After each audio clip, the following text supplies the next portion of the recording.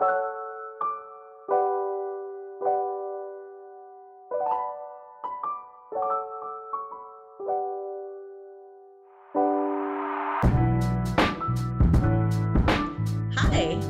I'm Victoria, I'm Grace. and we're Colors Colors of Cannabis. Canada. We're not gonna get it right every time, guys. It's a lot You know harder what? to time that virtually.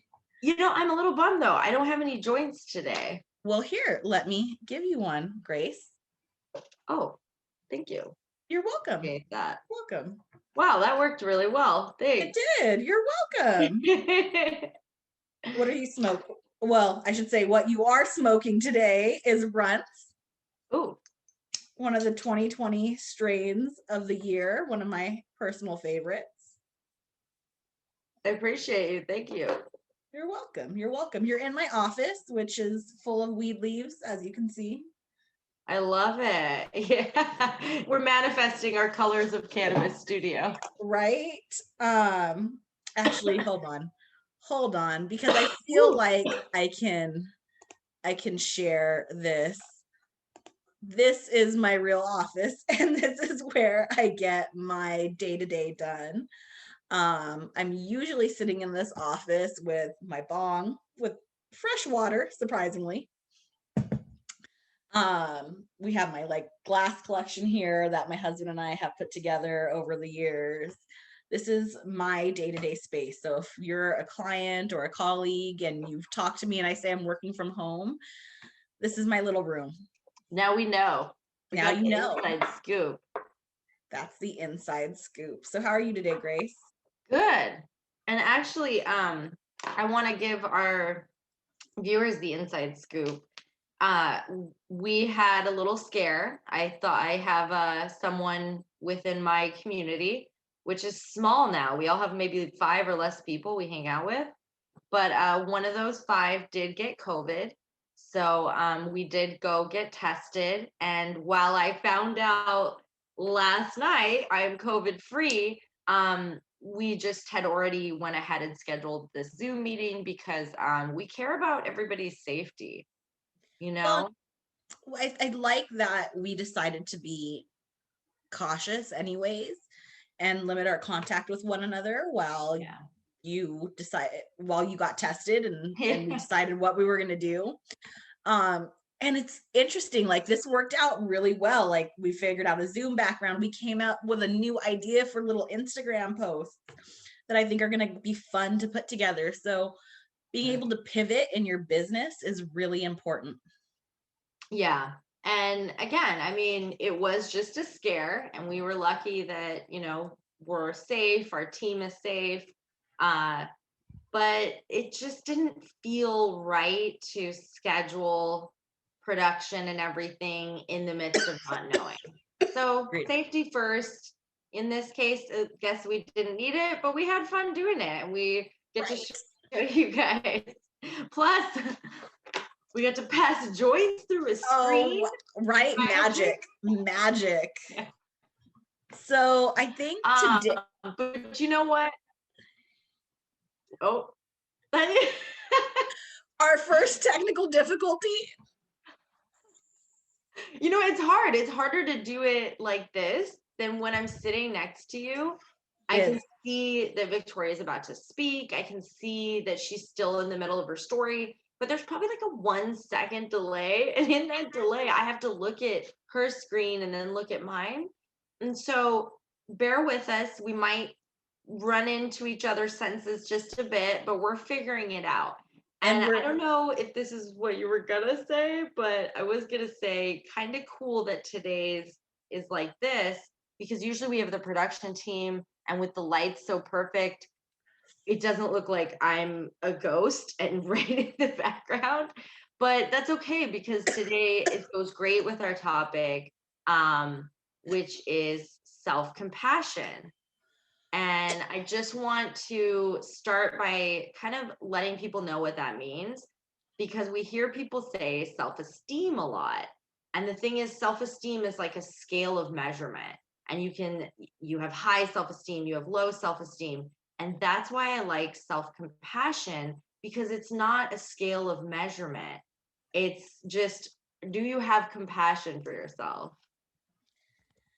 So since we talked last week, I did some research into self-compassion myself because that was the first time I've heard it termed that way. I mean, you talk we talk a lot about, appreciating ourselves and having self-esteem and self-confidence. And self-compassion was just such a new term to me. And I really, really liked it. And one of the things that stood out to me as I did research is it's your own perceived self inadequacies that you have to learn to be compassionate about. And whether that's like, I perceive myself to not be quite as far along in my career as I would like to be. I don't get me wrong, I'm happy with where I'm at, but like at the age I am, and I just turned 34 years old, I did have a different picture in my mind of where I would be.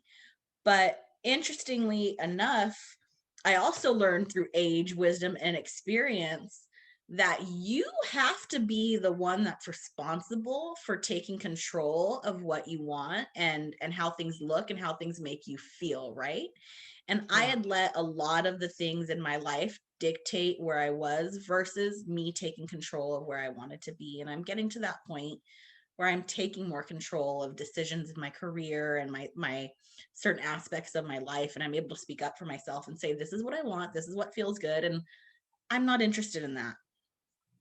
So I think that's where a lot of your self-compassion comes into play too, is like, hey, don't feel bad you're not where you're at, where you think you want to be, or you don't look the way you want to be. Like, understand that your struggle, this is the other thing that came up in research, recognizing that your struggle in the self-compassion is everybody's struggle. Yes.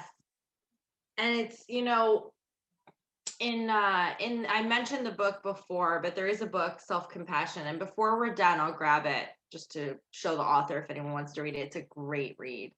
Um, but in the first chapter, it challenged the reader to actually do an assignment, to write yourself a letter, and to write it as though you were writing your best friend, but your best friend being you. What would you say to your best friend? So you first think about like all the things, because we speak to ourselves in our mind. For me, for a long time I struggled with being too skinny. Not so much anymore, but growing up, especially during adolescence, when you're trying to figure out who you are, I didn't feel beautiful because I felt like I didn't have, I'm gonna go there. I didn't have boobs yet. They barely just came in, guys.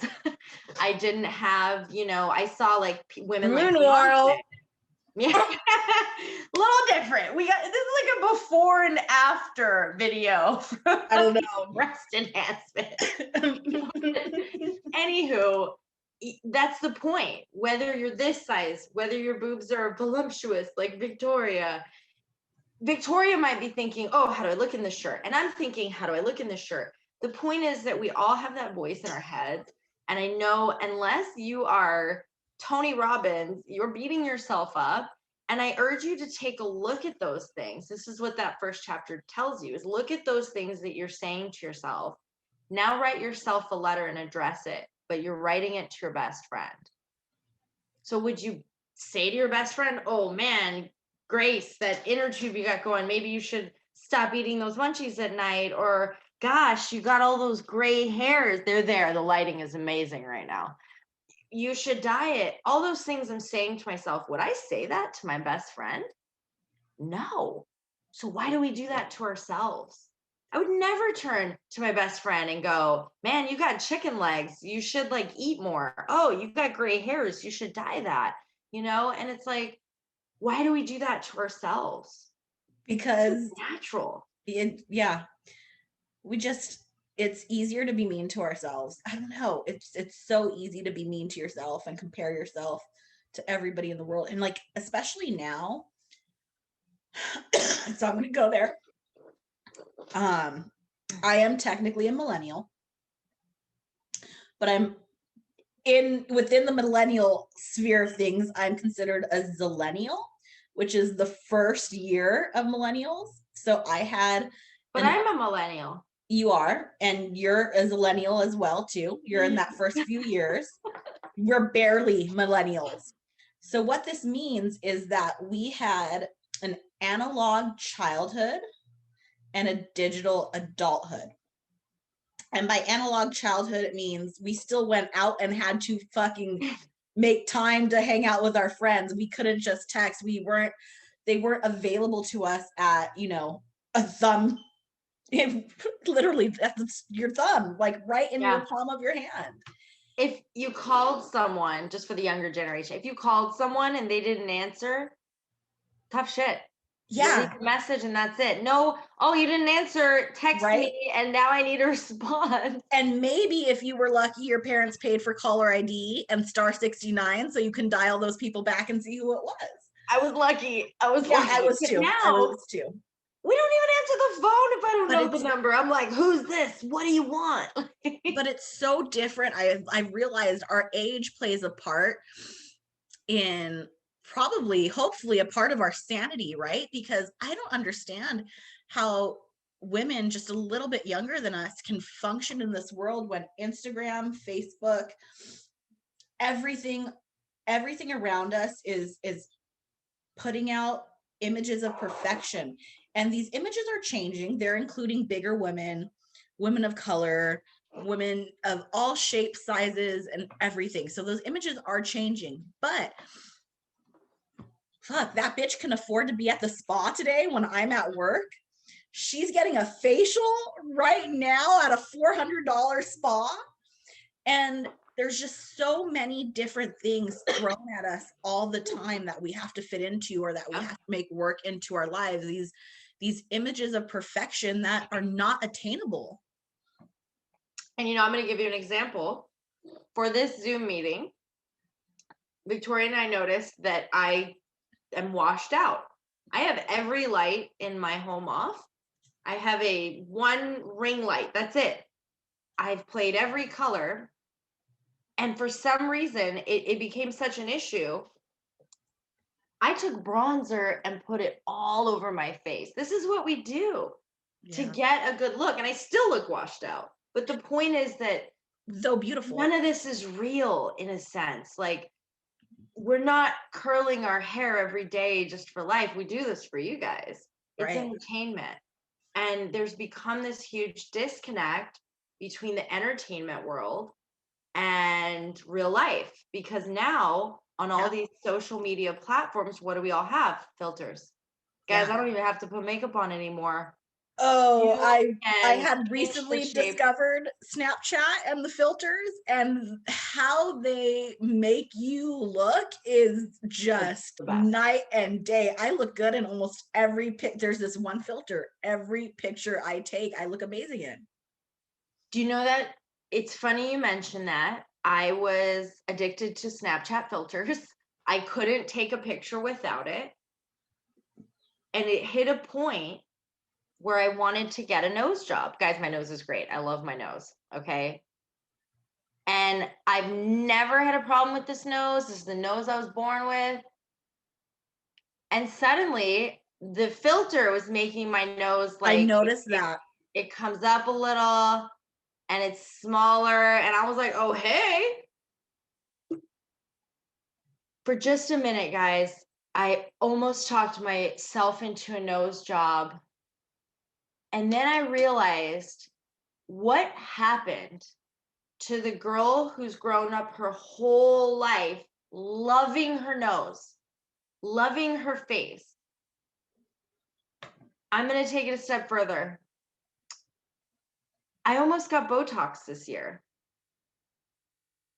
I had been thinking about it a long time, and I may still do it in the future. Okay, I'm not opposed to it at all. I just want to start there. I'm not opposed. But I almost got it this year. And the reason I'm sharing that is I'm a 37-year-old woman. Yes, the lighting is bright, but there's barely wrinkles on this face. Maybe when I do that. But I got so used to the filters Yeah. that I wanted a perfect face. So I went in and I looked at some of the most beautiful, all the people in there are beautiful, by the way. And as I looked at them all, a doctor started telling me what I needed to change on my face. My chin, apparently. He told me my lips sagged. Guys, a doctor told me my lips sagged. And it clicked. He's right. I don't look like them. I don't look like models. I don't look perfect because we're human. We have flaws. We have wrinkles. This wrinkle here tells me that I've got years of crying and it reminds me of memories. Yeah. I'm ashamed to say I wanted to change this face. I didn't want to like help with wrinkles, or I didn't want to help accentuate my God-given beauty. I wanted to change it. And it clicked. The only thing that had changed was me. Sorry, I don't even think we didn't talk about this. This wasn't part of our scheduled talk. I'm almost gonna cry. I feel it because if I'm being really honest, I'm okay. So in the last like maybe 2 weeks, that's how fresh this is. I've started telling people in my house and friends that I want to have my chin done underneath my chin. And I've said it in the last 2 weeks. And surprisingly enough, it coincides with when I started using Snapchat filters, and they do lengthen your face and skinny them and make all sorts of changes. I tend to shy away from those ones, but the filters are just enough to like change you in such a way you do start wanting those changes. And so I realized like, oh wow, the Snapchat is right in line with when I realized I think I want to get my chin done. And I'm willing to spend like thousands of dollars and go through a surgery and have pain because I don't like my double chin. But yeah, that's where I'm at. Fuck, I need to practice that. It's like at the end of the day, you're so intelligent. You are, you really are. And sorry to our listeners, we're having a moment here. You're such an intelligent person that for me, when you tell me you're going to make a choice, I respect it on a different level because I know how much thought you've put into it. Thank you. And so at the end of the day, if you choose to do that for you and anyone out there, that is your choice. If there's something you want to do it. But I just heard you to ask yourself why. That's Because exactly I know I almost changed my nose. And when I hear you say, about the neck thing, I can't, wow, we're getting real on this show, guys. I've been thinking about it too. Yeah. We do the podcast and I started seeing this. There it is. Yep. It's a part of me, guys. It's just a part of me. Yep. And the truth is, as we say I it, don't even want to look at myself right now. That's how much I hate it. Like, and I don't see it it. is what it is. I look at you and I think, damn, I need to step up my hair game because look at that hair on point. Damn. I don't even, my boobs don't take the screen at all. I'm trying not to look at yours. I think, why am I washed out and you're in Jamaica? The point is, guys, this is what we're telling you. Have self-compassion. Right. Give yourself a fucking break. Like, right. And just, okay, let's be real. Like all of this pressure from what we do to ourselves and not having self-compassion, does that cause you any anxiety? It does. It's, even before we shoot an episode for the podcast, I'm excited. We're with friends, we're with people we care about. And I will start, as I was told this last week, I'll start procrastinating. I really asked myself, why? You get nervous. I get nervous. I start thinking about where I'm going to sit on the couch because I watch old podcasts to see what angle I'm sitting best at. Like I've discovered, watch this.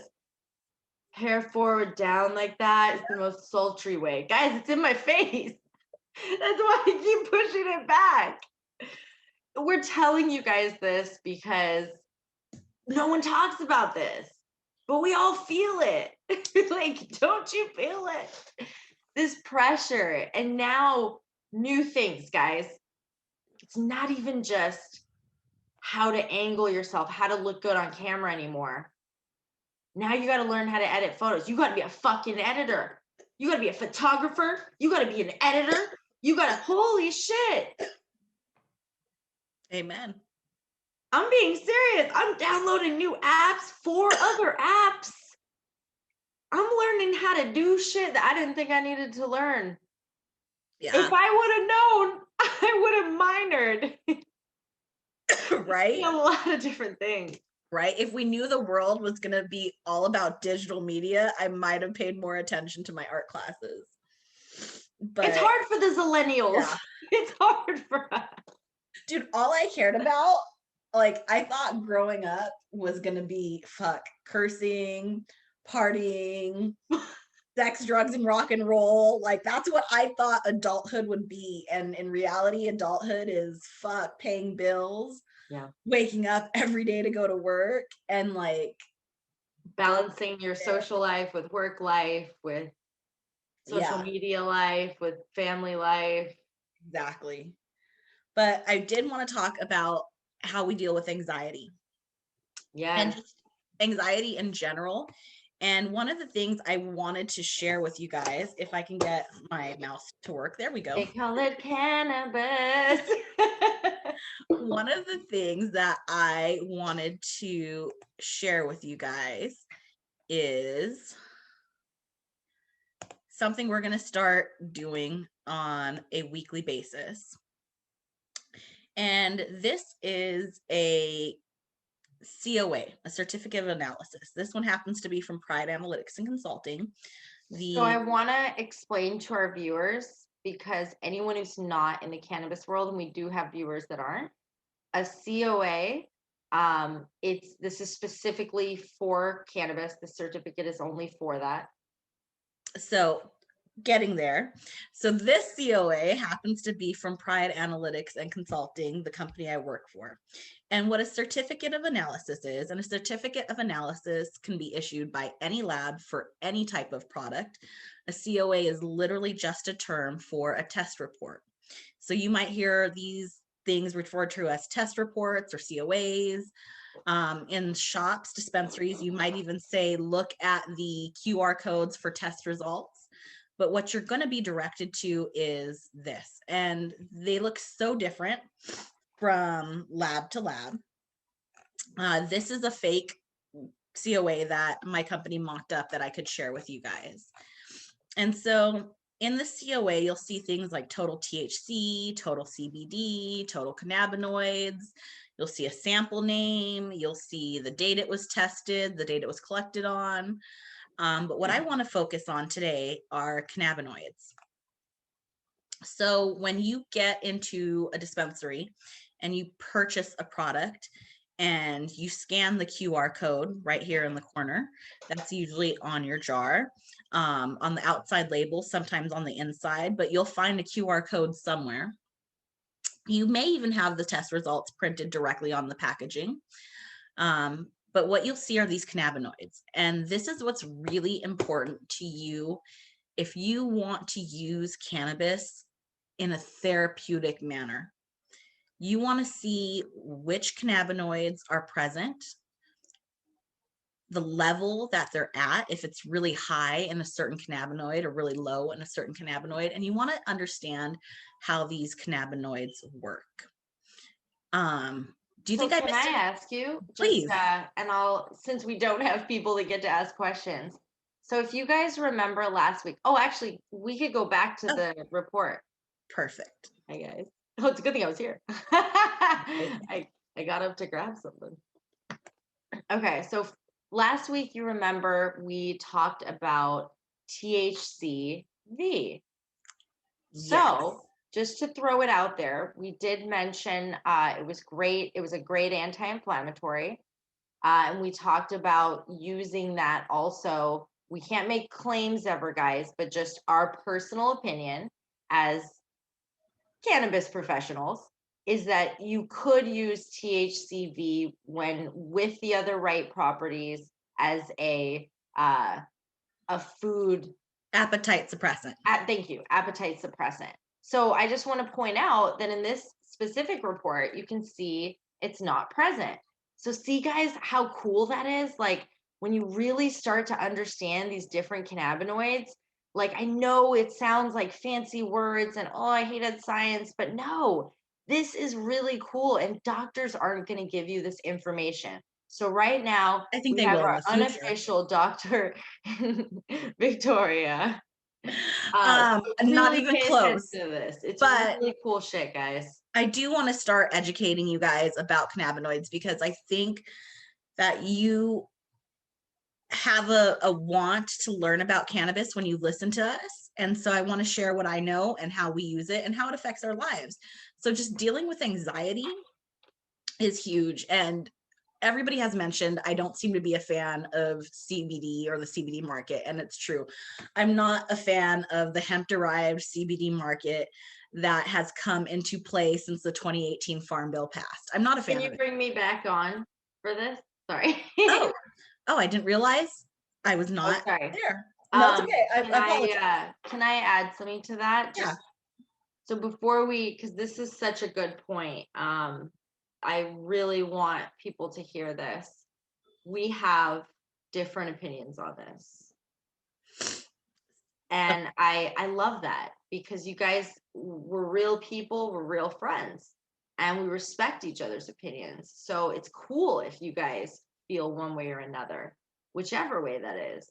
If we encourage it, don't be afraid to have these conversations with your friends. So I will just say, I have a product I use that is a hemp derived product. It is, I'm gonna say their name because I love them. And I'm gonna say why. Don't do it. Don't say their name. Because of where I'm gonna go with this conversation. Here's what I will say.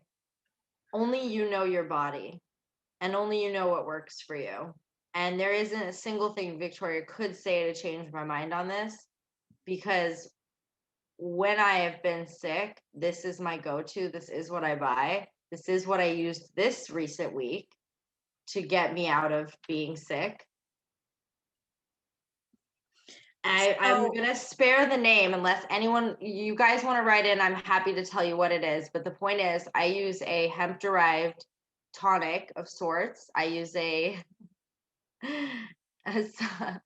sublingual tincture. And guys, again, look up the ingredients for yourself. It's what works for you. But because I know where she's about to go with this, I want to state that my opinion is different. And it's based on what worked for me. What works for you might be different, but what worked for me was indeed a hemp-derived product. And I'm not taking away from what psychosomatic effects people feel from using CBD products. I believe that's real. 100%, there is so much research on the fact that what your mind believes changes what your body does. And she's right. That is a real thing.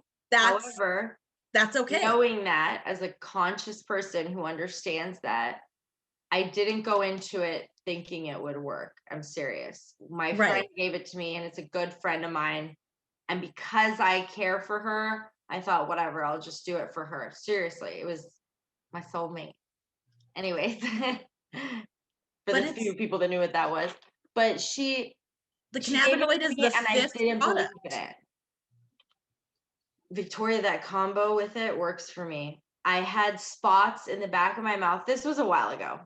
I had spots in the back of my mouth. I knew it was strep. I went to go see a doctor. I was uninsured, as a lot of Americans are. And they wanted $750 just to take me in because I was uninsured. And I just didn't have it at the time. And so I opted out. And then a girlfriend said, use this tincture. I started using the tincture. I didn't believe in it. I was thinking, you know what? I got to ask my parents for the money. I'm thinking next move. What am I going to do next? And about 3 days later, I realized my mouth was healing. The only thing different was I was religiously taking this. I mean, I went through the bottle in almost 2 weeks. Well, and to be fair, I don't know if those other 4 ingredients before the cannabinoid have those healing effects, because there are other plants in the world that are extremely healing outside of cannabis. And we know how to use those plants, right? Yeah. I just don't know when you were talking about a product like that with a cannabinoid being the 5th ingredient on the list, which means it's at a lower concentration than other things in it. And I know this. And then it again not being something derived. If it's hemp seed derived, it has less efficacy than a I CBD have to isolate. double check. And that's why I'm saying I can't remember, but I don't think it was hemp seed. I think it was more that it was very low on the list. Right. But and in then cases had a like couple this, other ingredients that I think. But in general, for CBD tonics that are sold right now in the market, and why I'm not a fan, is because most of these are hemp seed derived and not necessarily a CBD isolate, which is a higher quality, a better potency, easier to dose, which is important, right? When you're talking about using this as medicine. Right. But I wanted to talk about CBD because I do think there is a lot of value in CBD. In fact, there's been so much research that suggests that CBD has powerful pharmacological effects, and it has anti-inflammatory properties, and it's an amazing cannabinoid that we don't know enough about yet because there hasn't been enough research to support it. But what we do know is that it's helped with PTSD, it's helped with panic disorders, it's helped with social anxiety disorders. In a recent study, we've found that it helps with cancer-related symptoms and just your overall mental health. So there's so much use for CBD. If someone is going to use CBD, I do think that we might be going over 30 minutes on this episode. Oh, well, actually, then let that bell be a quick way for me to ask you this. Yeah. So we're talking about self-compassion. We're talking about different cannabinoids. I truly consider you an expert in this field. I value your opinion. What would you say, like, to someone like me? I get a lot of daily, I get social anxiety. I get just kind of I get anxiety by myself. Right. What do you recommend? Like, so that's where I was going with what I was saying is CBD is a great cannabinoid to help with anxiety, right? But if you're going to use CBD, my preference would be to use a CBD that's derived from the regulated cannabis market, a cannabis derived CBD product, of which there are lots to choose from on the market. And why I suggest this is one, cannabis on the California regulated market goes through regulated testing. Yes. So if we go back to that COA. And by the way, there are off-market brands. I can think of a few that do actually offer testing, even though it's not required. But she's correct. Most people, unless they're in our field, don't even know that. Wouldn't know to ask for testing because it's not a requirement. So I actually go into CBD shops frequently. And when you go into these CBD shops, the branded CBD shops, they'll actually tell you, oh, and look at this test report. And they use that as a selling point. And what consumers don't realize is those test reports are created from in-house labs. So there is a bias. They're not accredited. Could you imagine, guys? I want you to think about what she just said. Like the company made their own lab and said it passed, is what happened. And the really good companies will do their in-house testing, but then they'll pay for testing from a third party that's objective. And that's what a good company does, is they say, I need objective science to say I have a product that passes pesticides, heavy metals, residual solvents, all of those things that really matter. So if you're going to use CBD, then I suggest a cannabis derived CBD. But if you're worried about testing dirty and you want a hemp derived CBD, then just make sure you're shopping with a company and a brand that you can trust. And there are things to look for: outside test reports from an ISO Yeah. 17025 accredited lab. And it'll say that on the bottom of the certificate. Can you say that again for us? And we'll go ahead and we'll I can't add show it. that in the COA. You want to see a certificate that has ISO 17025 on the bottom of the certificate. And it'll be very clear. And if it's a third-party accredited lab, you can trust that they really tested that product and it's really passing or it's really failing. So guys, I guess, you know, really what Victoria is telling you and we're urging you is go to real shops, go to health and wellness shops that are dedicated to selling either cannabis products where you are going to have some THC in the product, or go to real, we now have CBD specific retailers. And Yep. still, even within those retailers, ask the right questions. Ask them, you know, is this a third party tested product or am I looking at in-house testing? These are things that if they can't answer, then maybe you don't want to even try that product. But there are brands out there that have it. There are products out there that do it. To me, that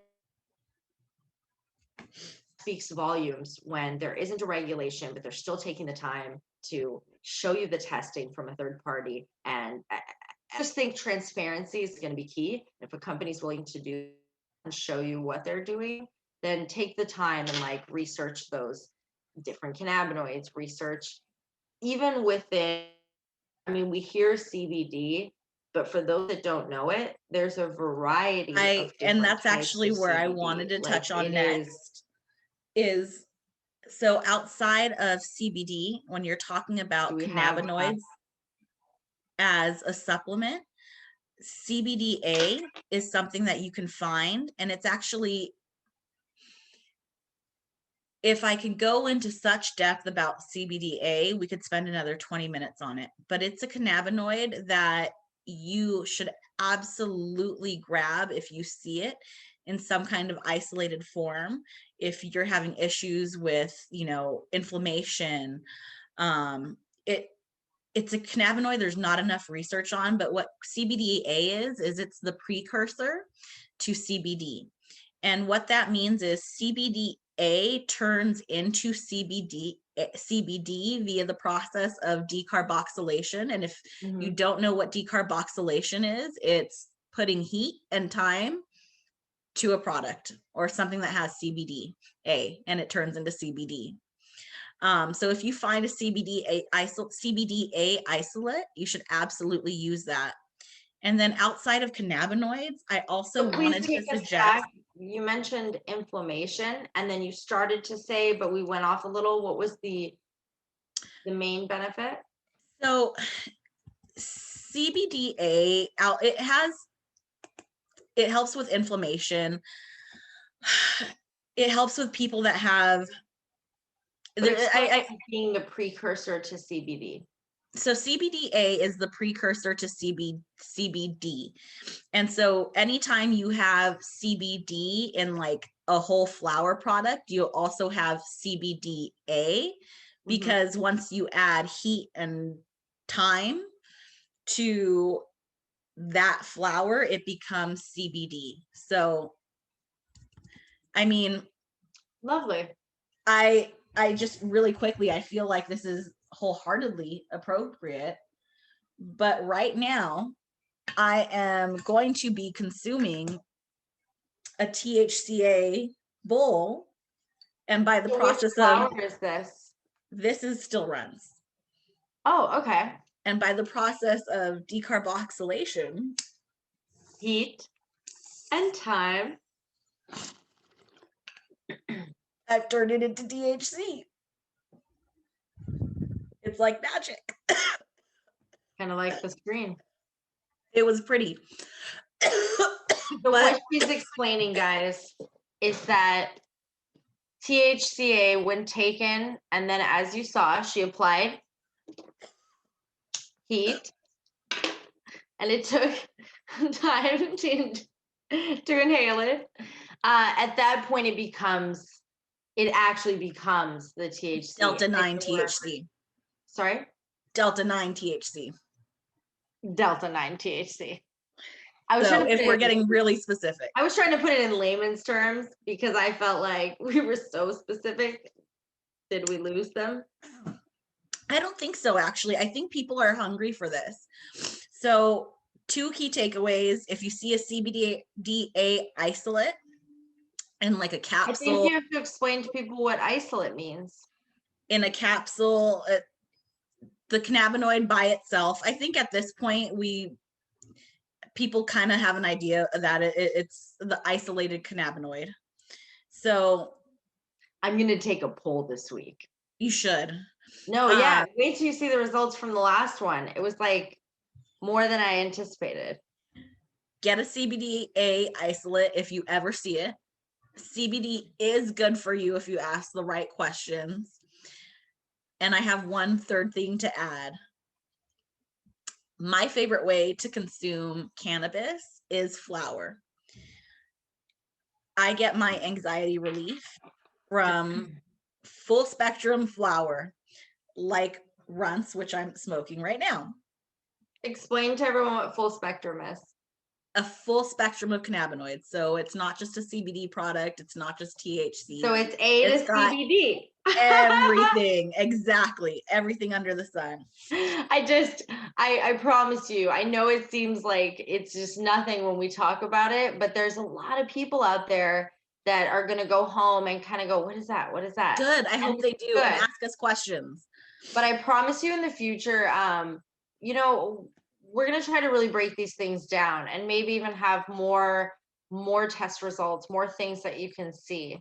Because I think it was cool to be able to show you it as we talk about it so you could see it in real life or virtual life. So where I was going with what I was saying is that where I get my relief from is flower. And a really important part of flower when people buy flower is it's important to them how it smells. And where that smell comes from are terpenes. And we'll talk about this more on another episode. But terpenes are found in everything from the oranges you have on your counter to the weed you're smoking in your jar.